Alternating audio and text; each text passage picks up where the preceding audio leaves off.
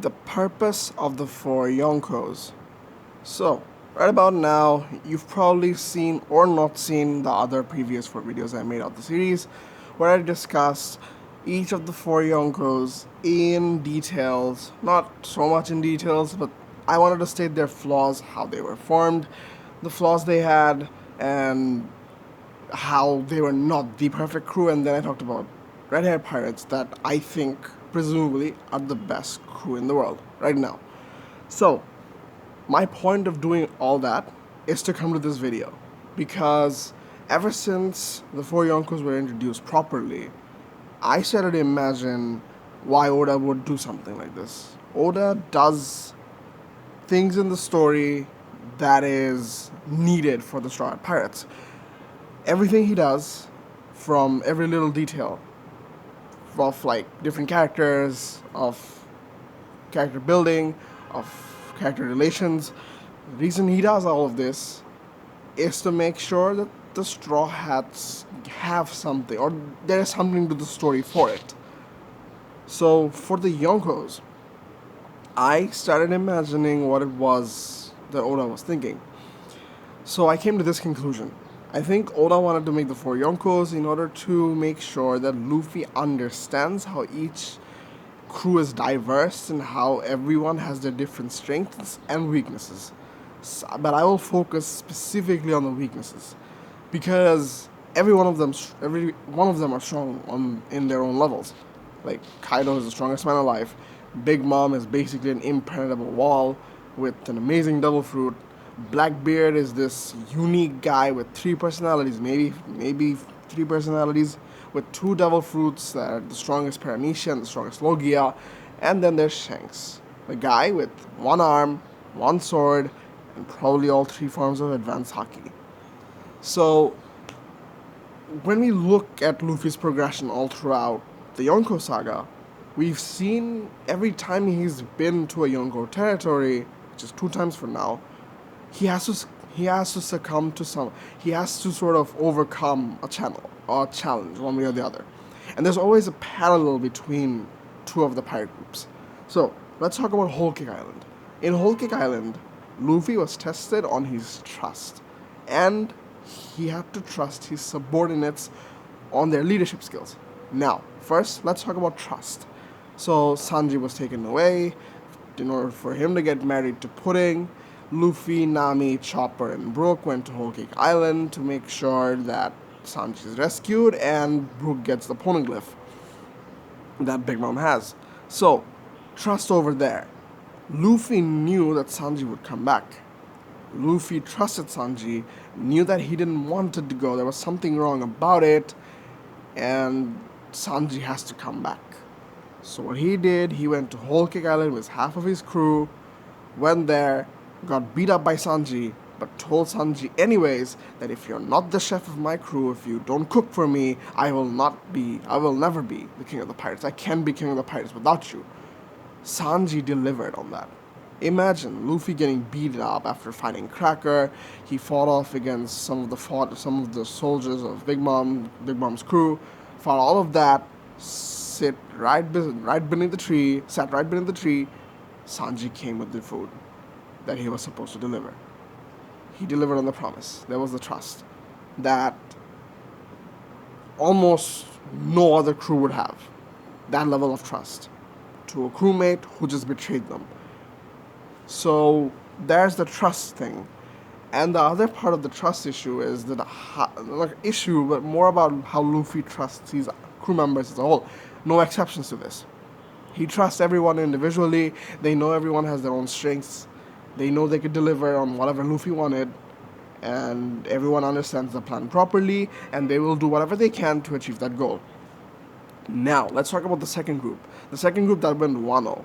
They had no idea if Luffy was going to come back alive. Like, seriously, it's a Yonko territory. He took half the crew. Even if Luffy did come back, what was the guarantee of Sanji coming back? But yet, they trusted them. They trusted in Luffy. They trusted Sanji that they would come back and Luffy would somehow bring him back by escaping the territory and they would go to Wano. The amount of trust that is there in the Straw Hats is unbelievable. I don't think any other crew in the world, other than probably Red Hair Shanks, would have this sort of a trust. And that sort of befalls the trust issues that Big Mom Pirates had. So the Big Mom Pirates is a catastrophic crew.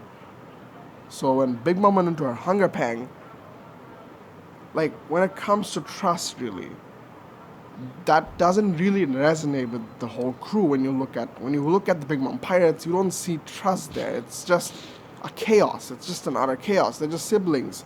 They're just siblings who don't know how to take up leadership roles.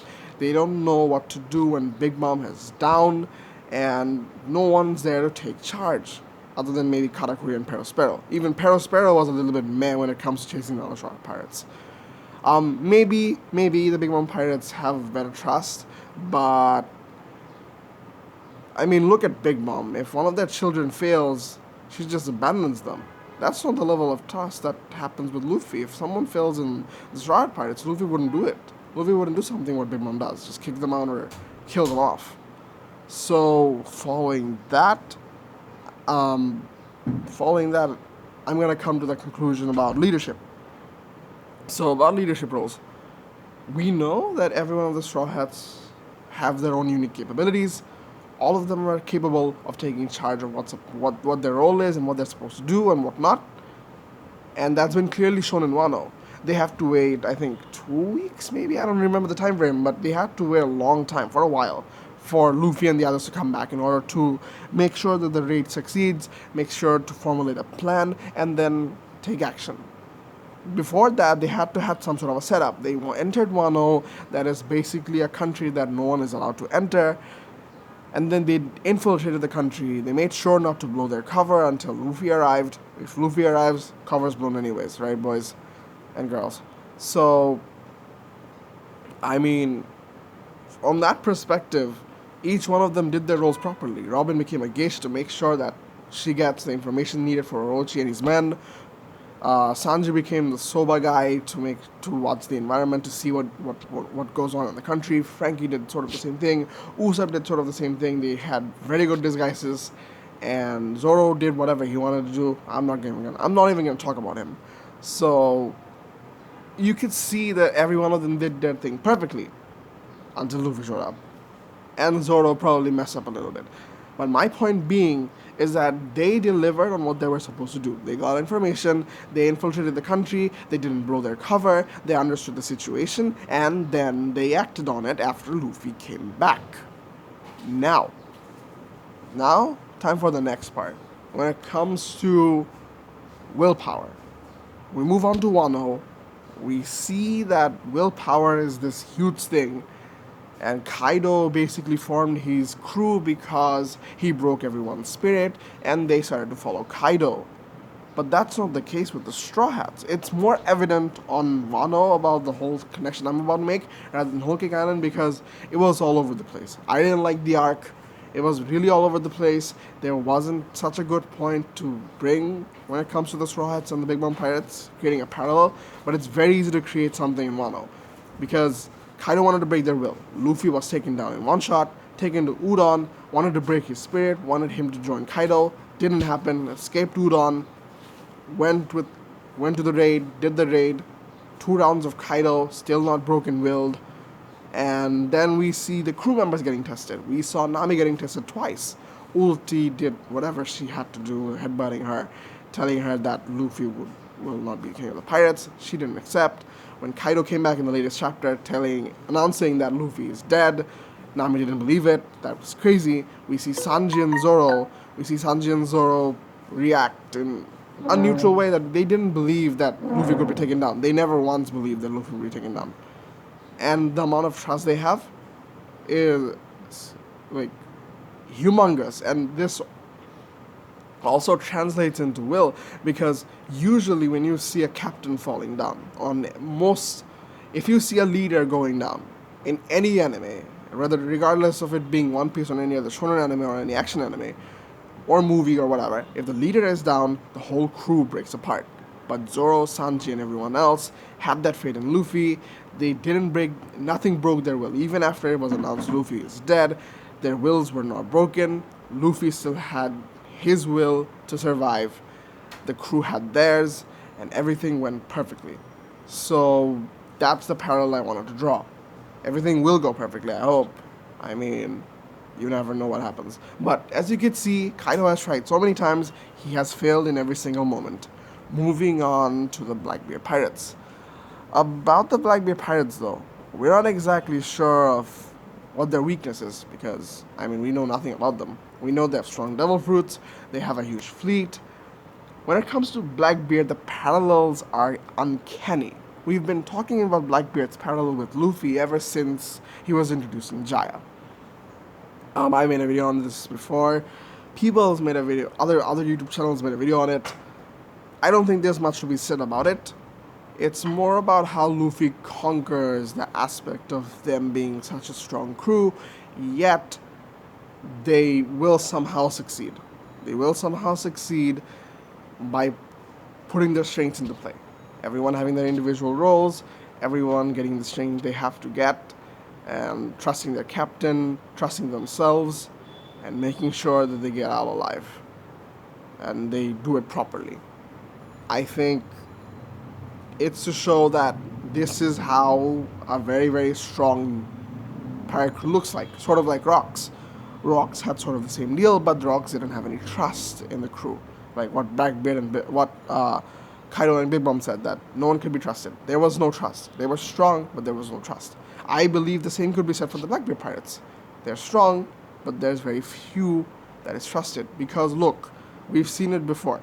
When Belo Beatty came to save the town before the pre-reverie, when I think it was Brownbeard who attacked the village, they said that Blackbeard doesn't give a damn, which is true.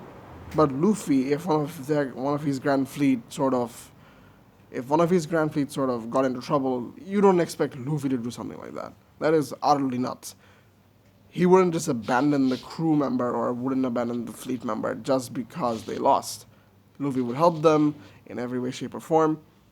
And that, I believe, is the parallels between the crews. And I think Oda wants Luffy to learn through that process that no matter what, you can be like Blackbeard. You could be the strongest crew in the world, but trust, willpower, friendship is necessary to become the strongest crew in the world. That is it for now. I think the standard of the Straw Hat Pirates would be the same as the standards of the Red Hair Pirates. Oda wants Luffy to get to where Shanks is, and I think by the end of the series, when Luffy finds Laugh Tale, I think Luffy's crew would be as strong, if not more stronger, than the Red Hair Pirates. They would be the strongest crew to exist, and they would take care of the world government, they'd take care of everything. That is all for the video. Thank you all so much for watching. Until next time, peace.